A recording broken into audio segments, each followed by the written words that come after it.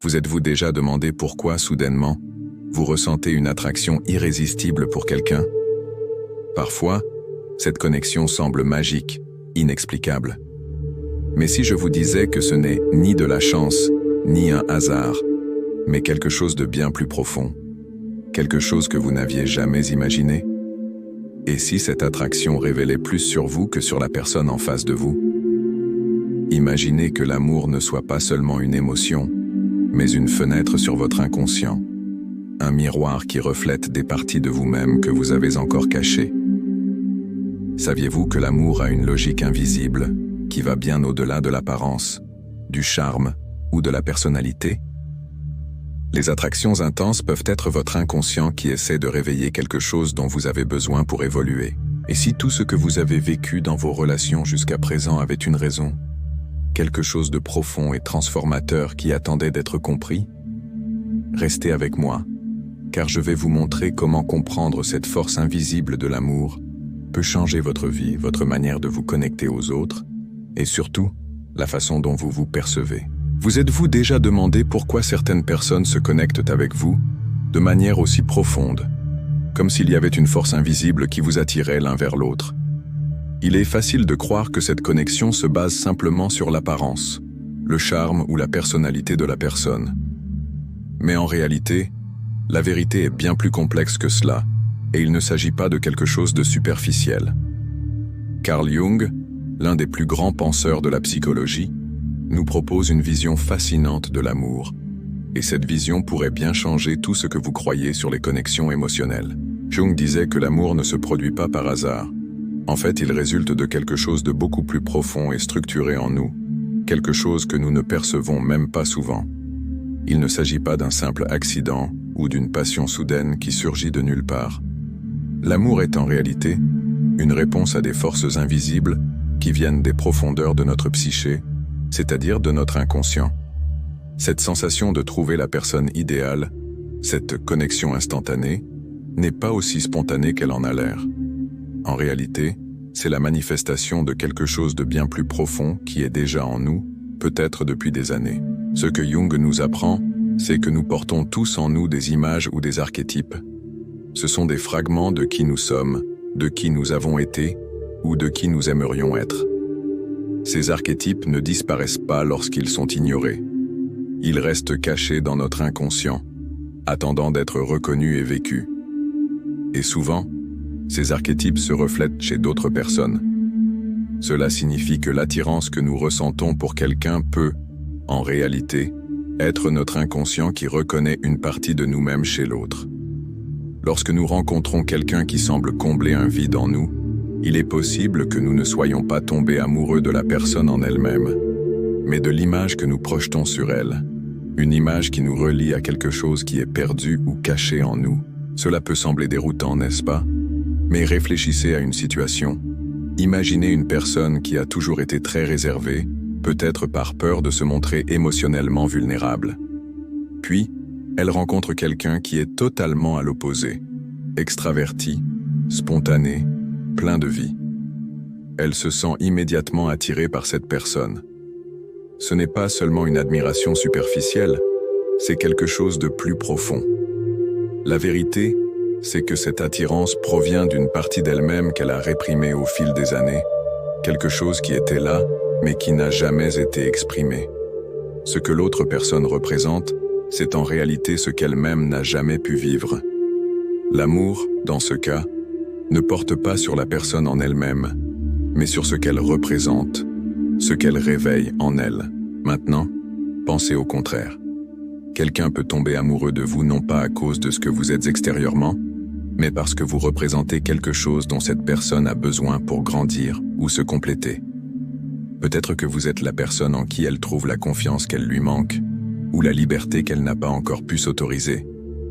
Il se peut que vous fassiez ressortir des émotions qu'elle n'a jamais imaginé ressentir. Ce n'est pas une question de les opposés s'attirent, mais plutôt de la manière dont les opposés révèlent ce qui nous manque, quelque chose que nous ne pouvons pas atteindre par nous-mêmes. Et si nous n'en sommes pas conscients, nous pouvons finir par dépendre de l'autre pour combler ce vide, au lieu de comprendre que nous pouvons développer ces aspects en nous-mêmes.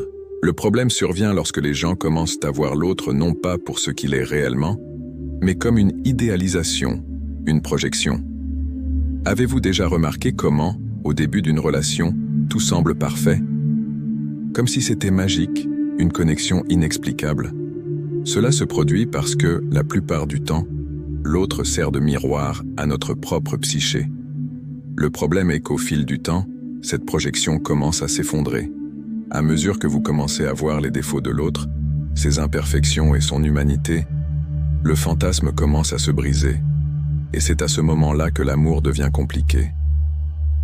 Ce qui semblait être la connexion la plus forte et la plus véritable du monde, commence maintenant à se transformer en confusion et en désillusion. C'est ce que Jung appellerait projection, lorsque notre esprit place sur l'autre quelque chose qui ne lui appartient pas, mais qui nous appartient, un reflet de ce que nous avons en nous. Et dès que la réalité de l'autre commence à apparaître, et qu'il ne correspond plus à cette image parfaite que vous avez créée, des conflits surviennent. Ce qui semblait être l'âme sœur devient maintenant une relation pleine de défis et d'incertitudes. Jung croyait que ce processus n'était pas un échec, mais une partie essentielle de notre croissance. L'amour n'est pas seulement une expérience émotionnelle, il est aussi un chemin de transformation. À travers les personnes dont nous tombons amoureux, l'univers nous donne la chance de réfléchir à qui nous sommes, à ce que nous devons évoluer, à ce que nous devons encore comprendre en nous-mêmes. Maintenant, je veux vous poser une question importante. Vous êtes-vous déjà arrêté pour réfléchir aux relations que vous avez eues? Avez-vous remarqué que, souvent, les personnes dont vous êtes tombé, amoureux, vous ont, d'une certaine manière, montré quelque chose que vous deviez apprendre ou mieux comprendre? Il se peut que, dans chaque relation, vous ayez trouvé une occasion d'évoluer, même si cela a impliqué de la douleur ou de l'inconfort. Si vous avez perçu quelque chose d'important en regardant cette vidéo, si vous sentez qu'il y a encore quelque chose à découvrir sur vous-même et vos relations, abonnez-vous à la chaîne.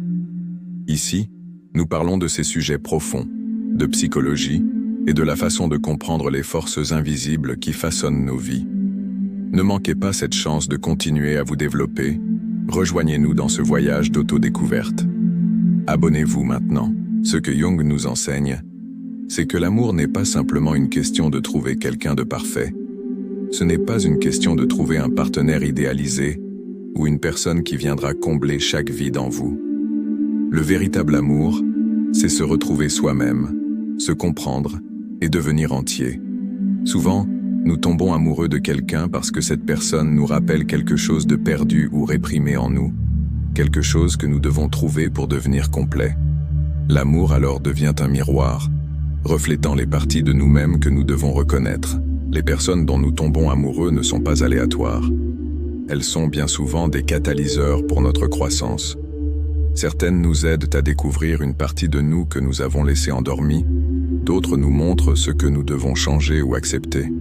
Certaines viennent même pour briser des schémas et nous mettre au défi de grandir. Ces expériences, aussi douloureuses soient-elles, ne sont pas des erreurs du destin. Ce sont des événements synchronistiques, signifiant que l'univers nous guide pour que nous devenions plus complets, plus authentiques.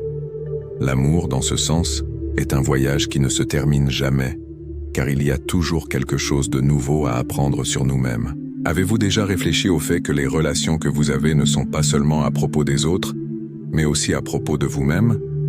Elles sont des occasions d'évolution. Et lorsque vous apprenez à voir les gens comme des miroirs de votre propre psyché, vous commencez à comprendre que le véritable amour n'est pas de chercher quelqu'un pour vous compléter, mais de découvrir que vous êtes déjà entier. Alors, la prochaine fois que vous ressentirez cette connexion intense avec quelqu'un, demandez-vous, qu'est-ce que cette personne me montre sur moi? La réponse pourrait être le premier pas vers votre véritable autodécouverte. Maintenant que vous comprenez un peu plus ce qui se cache réellement derrière ces connexions profondes, je vous invite à franchir une nouvelle étape dans cette aventure d'autodécouverte. Si vous avez ressenti que quelque chose en vous s'est éveillé en regardant cette vidéo, qu'un certain schéma, une vérité cachée a émergé, alors il est temps d'aller plus loin. Abonnez-vous à la chaîne dès maintenant, car ici, nous parlons de l'essence véritable des relations, des processus invisibles qui façonnent notre comportement et nous conduisent à évoluer. Ne laissez pas passer cette occasion de transformation. Chaque vidéo, chaque insight est un pas vers la découverte de votre vrai moi. Et rappelez-vous, l'amour, la connaissance de soi, tout cela ne réside pas dans l'autre. Il est en vous, attendant d'être vu. Alors, cliquez maintenant, abonnez-vous et venez éveiller les parties les plus profondes de votre âme.